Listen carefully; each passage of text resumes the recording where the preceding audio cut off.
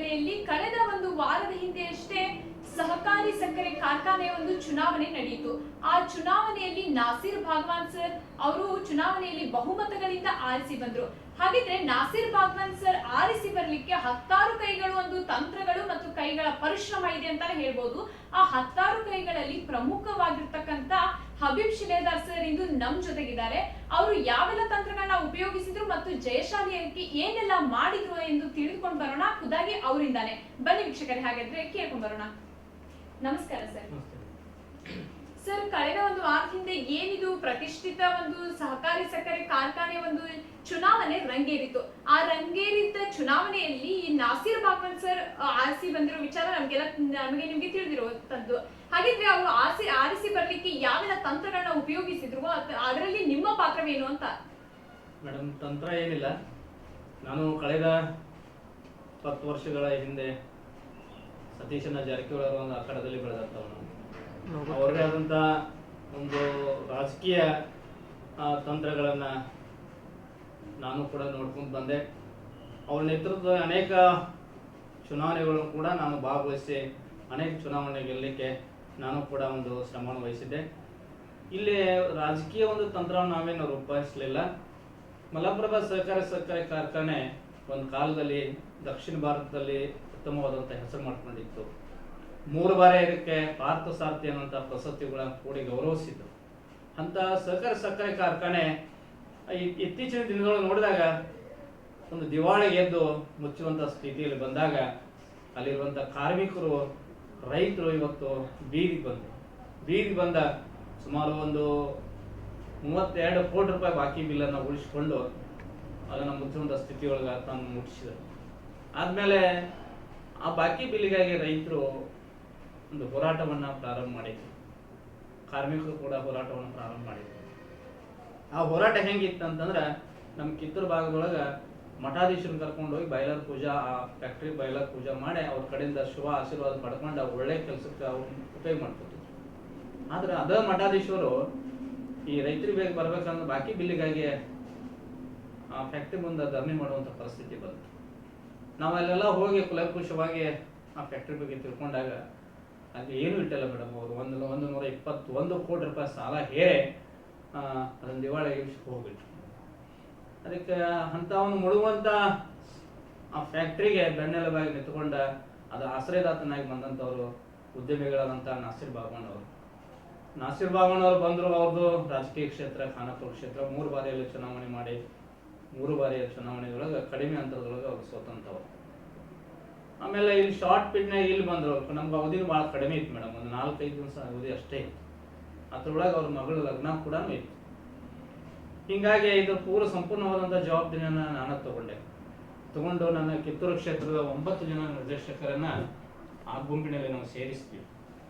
9 ಜನ ಸೇರಿಸ್ವಿ. ಖಾನಾಪುರ ತಾಲೂಕಿನವರು 5 ಜನ, ಆಮೇಲೆ ಬಾಗೇವಾಡಿ ಕ್ಷೇತ್ರದವರು ಒಬ್ಬರಿಗೆ ತಗೊಂಡು ಸುಮಾರು 15 ಜನ ಒಂದು ಗುಂಪನ್ನು ಕಟ್ಕೊಂಡು ನಾನು ಫೈನಲ್ ರಚನೆ ಮಾಡಿದ್ಮೇಲೆ ಇನ್ನು ನಾಸಿರ್ ಭಾಗವಾನ್ ಅವರಿಗೆ ಮಗಳ ಲಗ್ನ, ಆಮೇಲೆ ಎಲ್ಲ ಕಡೆ ಹೋಗುವಾಗ ಒಂದು ಟೈಮ್ ಇರ್ಲಿಕ್ಕೆ ಅದನ್ನ ಜವಾಬ್ದಾರಿ ನಾನು ತಗೊಂಡು ಪ್ರತಿಯೊಂದು ಗೆಲ್ಲಿಕ್ಕೆ ಏನು ಬೇಕು ತಂತ್ರಗಳನ್ನು ನಾವೆಲ್ಲ ಕೂಡ ರೂಪಿಸಿ ನಾ ಎಲ್ಲ ನಿರ್ದೇಶಕರು ಕೂಡ ಮಾರ್ಗದರ್ಶನ ನೀಡಿದೆ. ಪ್ರತಿಯೊಂದು ಪತ್ರಿಕೆ ಮುಖಾಂತರವಾಗಲಿ ಸೋಷಿಯಲ್ ಮೀಡಿಯಾ ಮುಖಾಂತರವಾಗಿ ನೈಜ ಸ್ಥಿತಿಯನ್ನು, ಫ್ಯಾಕ್ಟ್ರಿಯಲ್ಲಿರುವಂಥ ನೈಜ ಸ್ಥಿತಿಯನ್ನು ನಾವು ರೈತ ಬಾಂಧವರಿಗೆ, ಸಾರ್ವಜನಿಕರಿಗೆ ಎಲ್ಲರಿಗೂ ಕೂಡ ನಾವು ಮನವರಿಕೆ ಮಾಡಿಕೊಟ್ಟದ್ರಿಂದ ರೈತರು ಮತ್ತು ಅಲ್ಲಿರುವಂಥ ಕಾರ್ಮಿಕರು ದೊಡ್ಡ ಶ್ರಮ ವಹಿಸಿ ಮುಳುಗುವಂಥ ಸಕ್ಕರೆ ಕಾರ್ಖಾನೆಯನ್ನು ನಾಸಿರ್ ಭಾಗವಾನ್ ಅವರು ಉಳಿಸ್ತಾರೆ. ಅದ್ರ ಜೊತೆಗೆ ಹಬೀಬ್ ಶಿಲೇದಾರ್ ಕೂಡ ಇದ್ದಾರೆ. ಹಬೀಬ್ ಶಿಲೇದಾರ್ ಅವರು ಅವ್ರ ಜೊತೆಗೆ ಅವರು ಮಾಸ್ಟರ್ ಮೈಂಡ್ ಇಟ್ಟದಂತ ಅಥವಾ ಅವ್ರ ನಾಯಕರಾದಂಥ ಹಿಂದೆ ಸತೀಶನ ಜಾರಕಿಹೊಳಿ ಇದ್ದಾರೆ. ಅವ್ರದಾದಂಥ 2 ಸಕ್ಕರೆ ಕಾರ್ಖಾನೆಗಳು ಕೂಡ ಇವೆ, ಸತೀಶ್ ಬಸ್. ಮತ್ತೆ ಇವಾಗ ಜನ ಎಲ್ಲ ಹೇಳ್ತಾ ಇದ್ದಾರೆ, ಉತ್ತಮ ಸ್ಥಿತಿಯಲ್ಲಿ ಅಂದ್ರೆ ಸಕ್ಕರೆ ಕಾರ್ಖಾನೆ ಏನಿದೊಂದು ಉತ್ತಮ ಸ್ಥಿತಿಯಲ್ಲಿದ್ದಾಗ ಅನೇಕ ರಾಜಕೀಯ ಗಣ್ಯರು ಇಲ್ಲಿ ಬಂದು ತಮ್ಮ ಒಂದು ಬೇಳೆಯನ್ನ ಬೇಯಿಸ್ಕೊಳ್ತಾ ಇದ್ರು, ತಮ್ಮ ಒಂದು ಯಶಸ್ಸನ್ನ, ತಮ್ಮ ಒಂದು ಭವಿಷ್ಯವನ್ನ ರೂಪಿಸ್ಕೊಳ್ತಾ ಇದ್ರು. ಆದ್ರೆ ಇದೊಂದು ದಿವಾಳಿಗೆ ಹೇಳುವಂತ ಸಂದರ್ಭದಲ್ಲಿ, ಇದೇನಾದ್ರು ಈ ಸಕ್ಕರೆ ಕಾರ್ಖಾನೆ ಏನ್ ಇವಾಗ ದಿವಾಳಿಗೆ ಎದ್ದಿತ್ತಲ್ಲ ಅಂತ ಒಂದು ಸಂದರ್ಭದಲ್ಲಿ ಅವರೆಲ್ಲರೂ ಮರೆಯಾದ್ರು. ಏನಿವರು ರಾಜಕೀಯ ವ್ಯಕ್ತಿಗಳು ತಮ್ಮ ಒಂದು ಭವಿಷ್ಯವನ್ನ ರೂಪಿಸಿಕೊಂಡು ಇಂಥ ಸಂದರ್ಭದಲ್ಲಿ ಆಗದೆ ಇಂಥ ಸಂದರ್ಭದಲ್ಲಿ ಕೈ ಬಿಟ್ಟಿರ್ತಕ್ಕಂಥದ್ದು ನಡೆದಿದೆ ಅಂತ ಇಲ್ಲಿ ಅನೇಕ ಜನರು ಹೇಳ್ತಾ ಇದ್ದಾರೆ. ಅದ್ರ ಬಗ್ಗೆ ಏನಂತ ಹೇಳ್ತೀರಾ ಸರ್? ಖಂಡಿತವಾಗಿ ಮೇಡಮ್, ಭಾಳ ಜನ ದೊಡ್ಡ ದೊಡ್ಡ ನಾಯಕರು ಈ ಮಲಪ್ರಭಾ ಸಹಕಾರಿ ಸಕ್ಕರೆ ಕಾರ್ಖಾನೆಯಿಂದ ಇದ್ರ ಉಪಯೋಗವನ್ನು ತಗೊಂಡ್ರು, ಈ ಸಕ್ಕರೆ ಕಾರ್ಖಾನೆ ಮುಖಾಂತರವಾಗಿ ತಮ್ಮ ರಾಜಕೀಯ ಭವಿಷ್ಯವನ್ನು ರೂಪಿಸಿಕೊಂಡ್ರು. ಇದು ಸತ್ಯವಾದ ಮಾತೈತಿ. ಆ ನಾಯಕರು ಕೂಡ ಯಾಕೆ ಇವತ್ತಿನ ಪರಿಸ್ಥಿತಿ ಒಳಗೆ, ಇಂಥ ಪರಿಸ್ಥಿತಿ ಒಳಗೆ ಕೈ ಬಿಟ್ಟು ದೂರ ಆದರು ಅಂತೇಳಿ ನನಗೂ ಗೊತ್ತಾಗ್ತಾ ಇಲ್ಲ. ಯಾಕಂತಂದ್ರೆ ರೈತರ ಮೇಲೆ ಕಳಕಳಿದ್ದಂಥ ಅವರು ನಾಯಕರು ಯಾವಾಗ ಉತ್ತಮವಾದಂಥ ಸ್ಥಿತಿಯೊಳಗೆ ಆ ಫ್ಯಾಕ್ಟ್ರಿ ನಡೆಯುವಾಗ ಅವರ ಇದ್ದರು. ಆದರೆ ಈ ಫ್ಯಾಕ್ಟ್ರಿ ಒಂದು ಇಂಥ ಪರಿಸ್ಥಿತಿ ಬಂದಾಗ ಆ ನಾಯಕರು ಯಾಕೆ ದೂರ ಆದರು, ಏನು ಕಾರಣ ಕೂಡ ನಮಗೂ ಸಿಕ್ಕಿಲ್ಲ ಮೇಡಮ್. ಜೊತೆಗೆ ಇವಾಗ ರೈತರು ಕಳೆದ 3 ವರ್ಷಗಳಿಂದ ಬಾಕಿ ಬಿಲ್ ಕೊಟ್ಟಿಲ್ಲ ಅಂತ ಅನೇಕ ರೈತರು ಒಂದು ಕೆಟ್ಟ ಸಂದರ್ಭನೇ ಅವ್ರು ಬಂದಿತ್ತು. ಸೊ ಅನೇಕರು ಒಂದು ಮಠಾಧೀಶರ ಒಂದು ನೇತೃತ್ವದಲ್ಲಿ ಈ ಒಂದು ಕಾರ್ಖಾನೆಯ ವಿರುದ್ಧ ಅವರು ಒಂದು ಪ್ರತಿಭಟನೆಯನ್ನ ನಡೆಸಿದ್ರು. ಸೊ ಅವರಿಗೆ ನೀವು ಆ ಸಂದರ್ಭದಲ್ಲೂ ಒಂದು ಧೈರ್ಯವನ್ನ ತುಂಬುವಂತ ಒಂದು ಕೆಲಸವನ್ನ ಮಾಡಿದ್ದೀರಿ. ಸೊ ಇವಾಗ ನಾಸೀರ್ ಭಾಗವನ್ ಅವರು ಚುನಾವಣೆ ನಿಂತಾಗನು ಕೂಡ ಅವ್ರ ಜೊತೆಗೆ ನೀವು ಸೇರಿ ಸೊ ಅವರಲ್ಲಿ ಒಂದು ಆತ್ಮವಿಶ್ವಾಸವನ್ನ ತುಂಬಿದ್ರಿ. ನಮ್ಮನ್ನ ಆರಿಸ್ತಂದ್ರೆ ನಿಮ್ಮ ಒಂದು 3 ವರ್ಷದ ಬಾಕಿಯನ್ನ ನಾವು ಚುತ್ತ ಮಾಡ್ತೀವಿ ಅನ್ನೋ ಒಂದು ಆಶ್ವಾಸನೆ ಅವರಿಗೆ ಕೊಟ್ಟಿದ್ರಿ. ಸೊ ಆ ಒಂದು ನಿಟ್ಟಿನಲ್ಲಿ ನಿಮ್ಮ ಕಾರ್ಯ ಏನಾದ್ರು ನಡೀತಾ ಇದೆಯಾ ಸರ್? ಖಂಡಿತವಾಗಿ ಮೇಡಮ್, ನಾನು ಕಿತ್ತೂರು ಕ್ಷೇತ್ರದಲ್ಲಿ ಕಳೆದ 20 ವರ್ಷಗಳಿಂದ ಅನೇಕ ಸಾಮಾಜಿಕ ಹೋರಾಟಗಳನ್ನು ಮಾಡಿದ್ದೇನೆ, ಸಮಾಜ ಸೇವೆಗಳನ್ನು ಮಾಡಿದ್ದೇನೆ, ಶಿಕ್ಷಣಕ್ಕಾಗಿ ನನ್ನದೇ ಆದಂಥ ಸೇವೆಗಳನ್ನು ಮಾಡಿದ್ದೇನೆ. ಜನ ಇದನ್ನೆಲ್ಲ ನೋಡಿದರು. ಇಲ್ಲ ಹಬೀಬ್ ಶಿಲೇದಾರ್ ಇವತ್ತು ರೈತರ ಬಾಕಿ ಬಿಲ್ಲಿಗಾಗಿ ಮಠಾಧೀಶ್ವರ ನೇತೃತ್ವದೊಳಗೆ ಹೋರಾಟಗಳು ಭಾಗವಹಿಸಿದ್ರು. ಖಂಡಿತವಾಗಿ ನಮ್ಮ ಬಾಕಿ ಬಿಲ್ ಕೊಡಿಸುವಂಥ ವ್ಯವಸ್ಥೆಯನ್ನು ಅವ್ರು ಮಾಡ್ತಾರೆ. ಯಾಕಂತಂದ್ರೆ ಅವ್ರ ಹಿಂದೆ ದೊಡ್ಡ ನಾಯಕರಾದಂಥ ಸತೀಶನ ಜಾರಕಿಹೊಳಿ ಅವರಿದ್ದಾರೆ. ಆಮೇಲೆ ಅವ್ರದ್ದಾದಂಥ ಸಕ್ಕರೆ ಕಾರ್ಖಾನೆ ಸತೀಶ್ ಶುಗರ್ ಸಂಸ್ಥೆಗಳವ. ಆ ಸತೀಶ್ ಶುಗರ್ ಸಂಸ್ಥೆ ಒಂದು ಉಪಯೋಗ ತಗೊಂಡ, ನಾಯಕರ ಅವರು ಉಪಯೋಗ ತಗೊಂಡ ಈ ಫ್ಯಾಕ್ಟ್ರಿಗೆ ಒಂದು ಸಹಕಾರಿ ಆಗ್ಬೋದು ಅಂತ ತಿಳ್ಕೊಂಡು ಅವ್ರು ಏನು ಮಾಡಿದ್ರು ಅಂತಂದ್ರೆ ನಮ್ಮ ಮೇಲೆ ಅಪಾರವಾದಂಥ ವಿಶ್ವಾಸವಿಟ್ಟು. ನಾವು ಯಾರ ಮೇಲೆ ವಿಶ್ವಾಸ ಇಟ್ಟಿವಿ ಅಂತಂದ್ರೆ ಈ ಫ್ಯಾಕ್ಟ್ರಿ ಉಳಿಸ್ಬೇಕಾದ್ರೆ ನಾಸೀರ್ ಭಾಗವನ್ ಅವ್ರು ಬಂದಾರೆ, ಈ ಬಾಕಿ ಬಿಲ್ ಕೊಡುವಂಥ ವ್ಯವಸ್ಥೆ ಕೂಡ ಅವರು ಮಾಡ್ತಾರೆ ಅಂತೇಳಿ ನಾವು ಕೂಡ ನಾವು ಅಪಾರವಾದಂಥ ವಿಶ್ವಾಸವನ್ನು ನಾಸೀರ್ ಭಾಗವನ್ ಅವ್ರ ಮೇಲೆ ಯಾಕೆ ಇಟ್ಟಿವಿ ಅಂತಂದ್ರೆ ಬಾಕಿ ಬರಬೇಕಂತ ಬಿಲ್ಲನ್ನು, ರೈತರ ಬಿಲ್ಲನ್ನು ಕೊಡಿಸುವ ವ್ಯವಸ್ಥೆ ಇವ್ರ ಫೈನಲ್ ಬಂದ್ರೆ ಮಾಡ್ತತಿ. ಆಮೇಲೆ ಕಾರ್ಮಿಕರನ್ನ ಅವ್ರು ಬದುಕಿಸ್ತಾರೆ. ಅಲ್ಲಿ ಕಾರ್ಮಿಕರು ಮೇಡಮ್ 600 ಕುಟುಂಬಗಳು ಕೆಲಸ ಮಾಡ್ತಿದ್ದು. ಕಳೆದ ಪಾಪ ಅವ್ರಿಗೆ 8 ತಿಂಗಳಿಂದ ಅವ್ರು ಪಗಾರ ಕೊಟ್ಟಿಲ್ಲ. ಅವರು ಪಗಾರ ಕೊಡದಂಥ ಒಂದಷ್ಟು ಬಂದ ಕುಟುಂಬಗಳು ಇವತ್ತು ಬೀದಿಗೆ ಬಂದಾಗ ಅವ್ರಿಗೆ ಉಪಜೀವನ ನಡೆಸೋಕೆ ತೊಂದರೆ ಇದ್ದಾಗ ಅವರು ಹೆಣ್ಮಕ್ಳು ಹೋಗಿ ಮದುವೆ ಸಮಾರಂಭ ಇನ್ನಿತರ ಸಮಾರಂಭಗಳು ಹೋಗಿ ಪಾತ್ರೆ ಬೆಳಗ್ಗೆ ಅವ್ರು ಉಪಜೀವನ ನಡೆಸ್ಯಾರ ಅಂತೇಳಿ ಅದೇ ಕಾರ್ಮಿಕರು ಕೂಡ ನಮ್ಮ ಮುಂದೆ ಕೂಡ ಹೇಳ್ಕೊಂಡ್ರು ಮೇಡಮ್.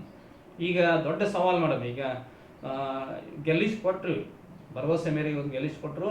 ಮತ್ತು ನಾಸೀರ್ ಭಾಗವನ್ ನಾವೆಲ್ಲ ಕೂಡ ರೈತರು ಕೂಡ ನಾವು ಭರವಸೆ ನೀಡಿದ್ವಿ. ಏನು ಭರವಸೆ ನೀಡಿದ್ವಿ ಅಂತಂದ್ರೆ ನೀವು ಸಂಕಷ್ಟದಲ್ಲಿರುವಂಥ ಫ್ಯಾಕ್ಟ್ರಿ ಉಳಿಸ್ತೀವಿ, ಬಾಕಿ ಬರುವಂಥ ಬಿಲ್ಲನ್ನು ಆದಷ್ಟು ಬೇಗನೆ ಕೊಡಿಸುವಂಥ ವ್ಯವಸ್ಥೆ ಮಾಡ್ತೀವಿ ಅಂತಂದ್ವಿ. ಈಗ ನಾಸೀರ್ ಭಾಗವನ್ ಅವರು ಮಾತು ಕೊಟ್ಟಾರೆ. ಏನು ಮಾತು ಕೊಟ್ಟಾರಂತ, ನನ್ನ ಆಸ್ತಿ ಅಡವಿಟ್ಟಾದರು, ನನ್ನ ಆಸ್ತಿ ಮಾರಾದರು, ಈ ಮಲಪ್ರಭಾ ಸಹಕಾರಿ ಸಕ್ಕರೆ ಕಾರ್ಖಾನೆ ಉಳಿಸ್ತೀನಿ, ಬಾಕಿ ಇರುವಂಥ ಈ 31 ಕೋಟಿ ಬಾಕಿ ಇರುವಂಥ ಬಿಲ್ಲನ್ನು ಕೊಡುವ ವ್ಯವಸ್ಥೆಯನ್ನು ಮಾಡ್ತೀನಿ ಅಂತೇಳಿ ಮಾತು ಕೊಟ್ಟರು. ರೈತರ ತಲೆಯಾಗ ಒಂದು ಮೇಡಮ, ಈ ಮನುಷ್ಯ ಕಷ್ಟ ಒಳಗಿದ್ದವ್ರು ಬಂದಾರ, ಈ ಮನುಷ್ಯ ಸ್ವಾರ್ಥಕ್ಕಾಗಿ ಬಂದಿಲ್ಲ, ನಮ್ಮ ಉಳ್ಸಕ್ಕೆ ಬಂದಾನ, ಇವಂಗ ಮತ ಹಾಕ್ಬೇಕಂತೇಳಿ ಇವರೆಲ್ಲ ಫೈನಲ್ಗೆ ಹಾಕಿ ಇದೊಂದು ಐತಿಹಾಸಿಕ ಒಂದು ಗೆಲುವಂತ ಮೇಡಮ್. ಇಲ್ಲಿ ಮಠ 15ಕ್ಕೆ 15 ಯಾವುದು ಇವತ್ತು ಫೈನಲ್ ಟು ಫೈನಲ್ ಜಯಶಾಲಿ ಕೂಡ ಆಗಿಲ್ಲ. ಆಮೇಲೆ ಅತಿ ಅಂತ ಮತದಿಂದ ಇವನ್ನ ಫೈನಲನ್ನು ಆರಿಸಿ ತಂದ ಮೇಲೆ ಈಗ ನಾಸೀರ್ ಭಾಗವನ್ ಅವರು ತುಂಬ ಚರ್ಚೆ ಕೂಡ ಇವತ್ತು ಮಾಡ್ತಾ ಇದ್ದಾರೆ. ಆಲ್ರೆಡಿ ನನ್ನ ಲೆಕ್ಕದಾಗ 90% ಬಿಲ್ಲಿನ ವ್ಯವಸ್ಥೆ ಕೂಡ ಅವ್ರು ಮಾಡಿದ್ದಾರೆ. ನನಗನ್ನಿಸ್ತತಿ ನನ್ನ ಜೊತೆನೂ ಅವ್ರು ಮಾತಾಡ್ಯಾರ. ಹೇಗಾದರೂ ಮಾಡಿ ಬಿಲ್ಲನ್ನು ಕೊಟ್ಟೆ ನಾವು ಅಧಿಕಾರನ ಸ್ವೀಕಾರ ಮಾಡೋಣ ಅನ್ನೋಂಥ ಒಂದು ಹಂತಕ್ಕೆ ಅವ್ರು ಬಂದಾರೆ. ಅದ್ರ ಅವ್ರು ಕೊಡ್ತಾರೆ ಅನ್ನೋದು ಆತ್ಮವಿಶ್ವಾಸ ಐತಿ. ಯಾಕಂದ್ರೆ ಭಾಳ ವರ್ಷಗಳಿಂದ ಅನುಭವಿಸಿ ಬಂದವರು ಏನು ಅಲ್ಲಿ ತಂದ ಈಗ ದಿವಾಳಿ ಸ್ಥಿತಿಗೆ ತಂದು ಹಚ್ಚಿದವರು ಇವತ್ತು ಆ ಫ್ಯಾಕ್ಟ್ರಿಗೆ ಬಂದ ಆ ರೈತರಿಗೆ ಕಣ್ಣೀರು ಒರೆಸ್ಬೇಕಾಗಿತ್ತು, ಕಾರ್ಮಿಕರ ಕಣ್ಣೀರು ಒರೆಸ್ಬೇಕಾಗಿತ್ತು, ಅಲ್ಲೇ ಹೋರಾಟಗಾರರಿಗೆ ಅದನ್ನು ಮನವರಿಕೆ ಮಾಡಿಕೊಡ್ಬೇಕಾಗಿತ್ತು. ಅದು ಮಾಡಿಕೊಟ್ಟಿಲ್ಲ ಅಂತಂದ್ರೆ ಅಲ್ಲಿ ಏನು ತಪ್ಪು ನಡೆಯುತ್ತೆ ಅನ್ನೋದು ನನಗೂ ಗೊತ್ತಿಲ್ಲ. ಅಲ್ಲಿ ಒಳಗಡೆ ಶುಗರ್ ಫ್ಯಾಕ್ಟ್ರಿ ಇವತ್ತು ಹೋಗ್ತಾ ಇದೆ ಮೇಡಮ್.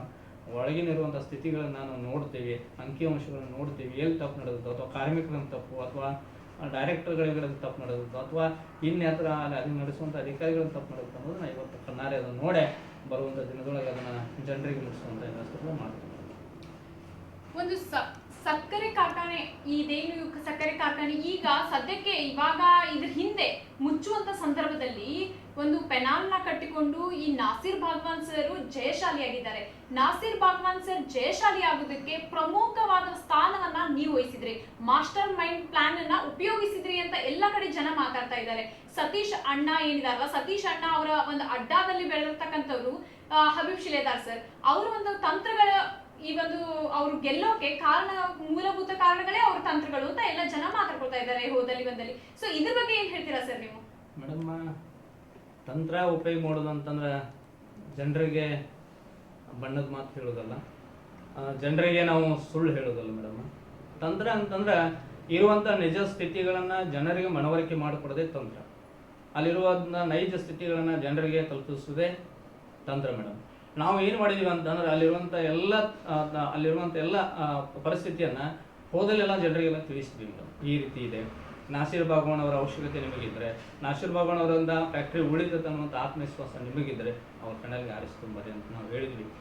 ಅದನ್ನು ನಾವು ಕೂಡ ನಮ್ಮದಾದಂಥ ಕೆಲವು ತತ್ವ ಸಿದ್ಧಾಂತಗಳ ಒಂದು ಮೇಲೆ ನಾವು ಚುನಾವಣೆ ಮಾಡಿದ್ವಿ.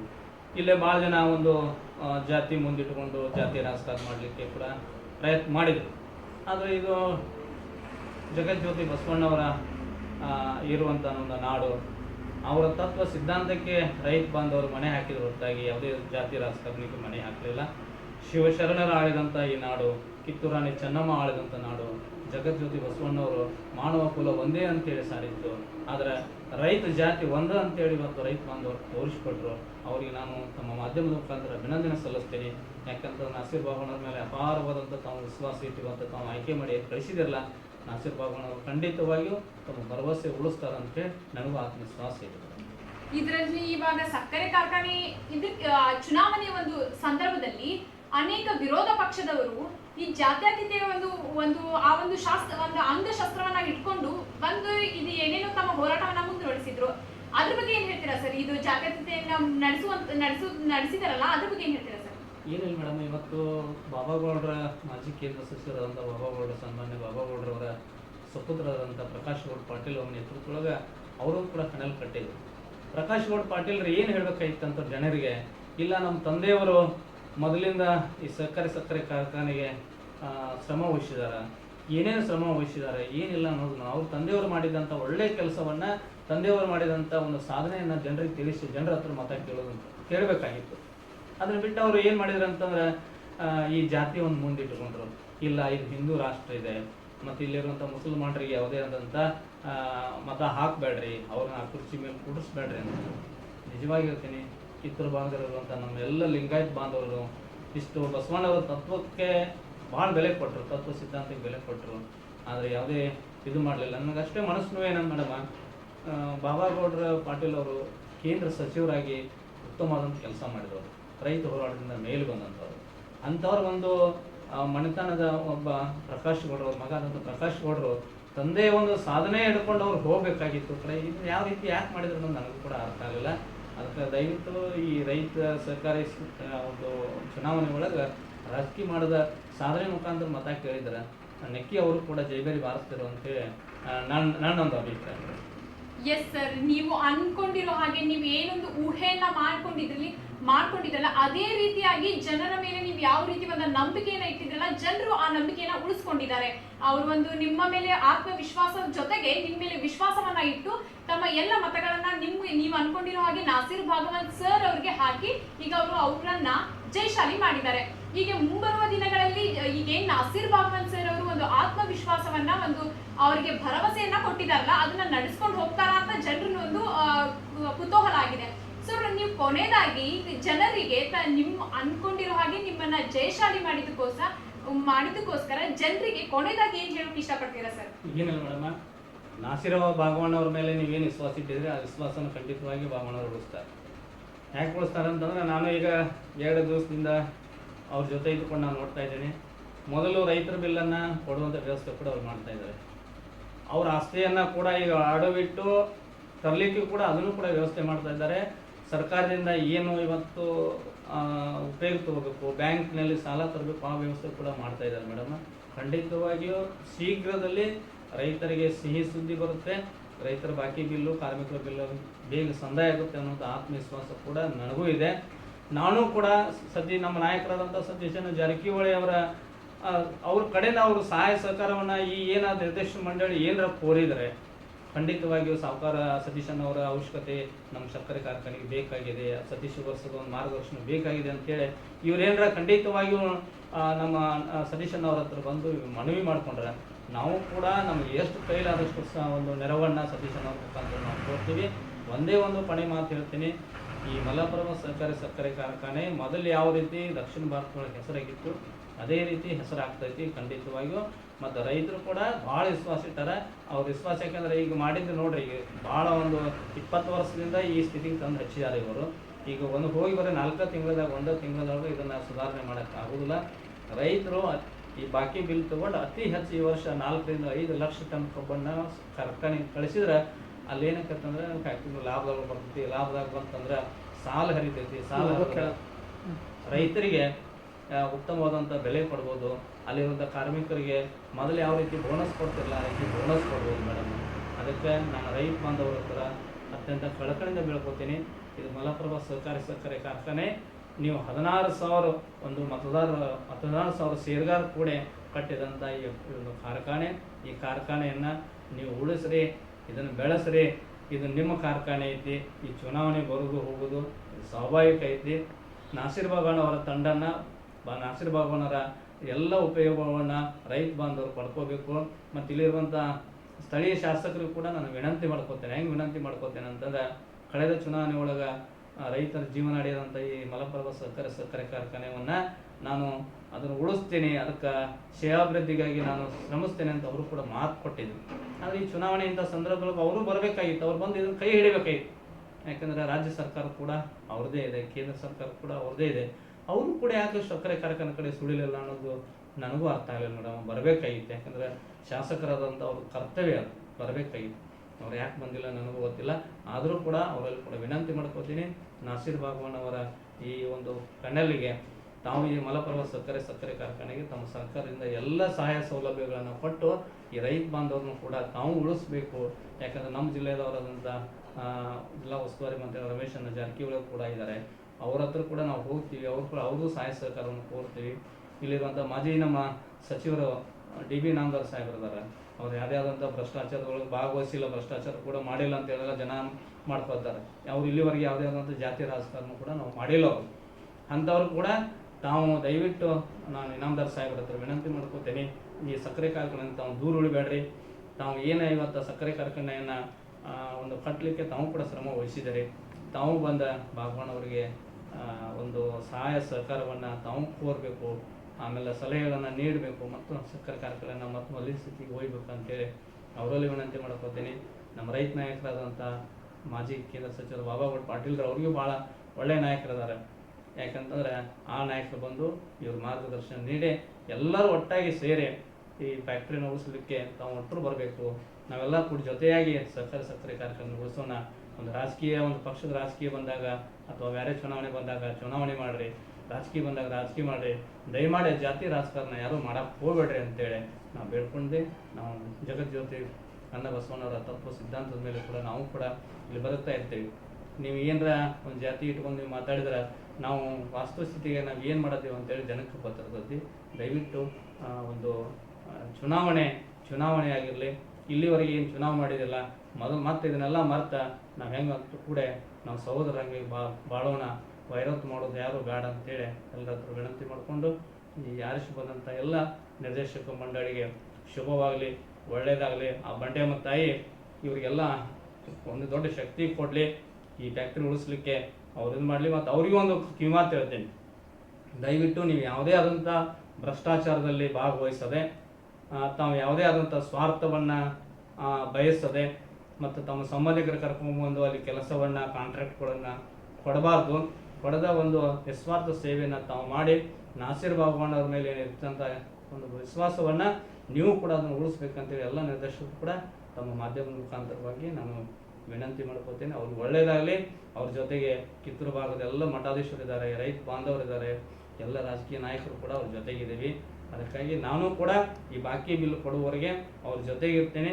ಮತ್ತು ನಮ್ದು ಏನಾರ ಸಹಾಯ ಸಹಕಾರ ಅವ್ರು ಕೋರಿದ್ರು ಕೂಡ ನಾವು ಖಂಡಿತವಾಗಿ ಅವ್ರ ಜೊತೆಗಿದ್ದು ನಮ್ಮ ಕೈಲಾದಷ್ಟು ಸೇವೆಯನ್ನು ಮಾಡಲಿಕ್ಕೆ ಇಷ್ಟಪಡ್ತೀನಿ. ನಮಸ್ಕಾರ. ನೋಡಿದ್ರಲ್ಲ ವೀಕ್ಷಕರೇ, ಇದಾಗಿತ್ತು ಹಬೀಬ್ ಶಿಲೇದಾರ್ ಅವರ ಮನದಾಳದ ಮಾತು ಅಂತಂದ್ರೆ, ಇವಾಗ ನಾಸಿರ್ ಬಾಗವಾನ್ ಸರ್ ಏನ್ ನೀವು ಜಯಶಾಲಿಯನ್ನ ಸಾಧಿಸಿದಾರಲ್ಲ ಅವ್ರ ಹಿಂದೆ ಯಾವ ರೀತಿ ಪರಿಶ್ರಮವನ್ನ ಪಟ್ಟಿದ್ರು, ಅದಕ್ಕೆ ಮೂಲ ತಂತ್ರ ಆಗಿರ್ತಕ್ಕಂಥವ್ರು ಹಬೀಬ್ ಶಿಲೇದಾರ್ ಸರ್ ಆಗಿದ್ರು. ಸೊ ಅವ್ರು ಏನೆಲ್ಲ ಮಾಡಿದ್ರು ಹಿಂದೆ ಈಗ ಆರಿಸಿ ಬರ್ಲಿಕ್ಕೆ ಅವರು ಯಾವ ರೀತಿ ಒಂದು ಪ್ರೇರಣೆಯನ್ನ ಕೊಟ್ಟಿದ್ರು ಜನರಿಗೆ, ರೈತರಿಗೆ, ಅವರು ಒಂದು ಆತ್ಮವಿಶ್ವಾಸವನ್ನ ತೋರಿದ್ರು ಅನ್ನೋದನ್ನ ಅವರು ಈವರೆಗೂ ನಮ್ಮೊಂದಿಗೆ ಹಂಚಿಕೊಂಡಿದ್ದಾರೆ. ವೀರ ರಿಪೋರ್ಟ್, ನ್ಯೂಸ್ 10 ಕರ್ನಾಟಕ, ಬೆಳಗಾವಿ. ಈ ವಿಡಿಯೋ ನಿಮಗೆ ಇಷ್ಟ ಆದರೆ ಲೈಕ್ ಮಾಡಿ, ಶೇರ್ ಮಾಡಿ. ಈ ರೀತಿಯ ಎಲ್ಲ ಸುದ್ದಿಗಳಿಗಾಗಿ ಈ ಚಾನೆಲ್ ಅನ್ನ ತಪ್ಪದೇ ಸಬ್ಸ್ಕ್ರೈಬ್ ಮಾಡಿ. ನಾವು ಹಾಕುವ ಹೊಸ ವಿಡಿಯೋಗಳ ನೋಟಿಫಿಕೇಶನ್ಗಾಗಿ ಪಕ್ಕದ ಗಂಟೆ ಗುರುತಿನ ಮೇಲೆ ಕ್ಲಿಕ್ ಮಾಡಿ. ಧನ್ಯವಾದಗಳು.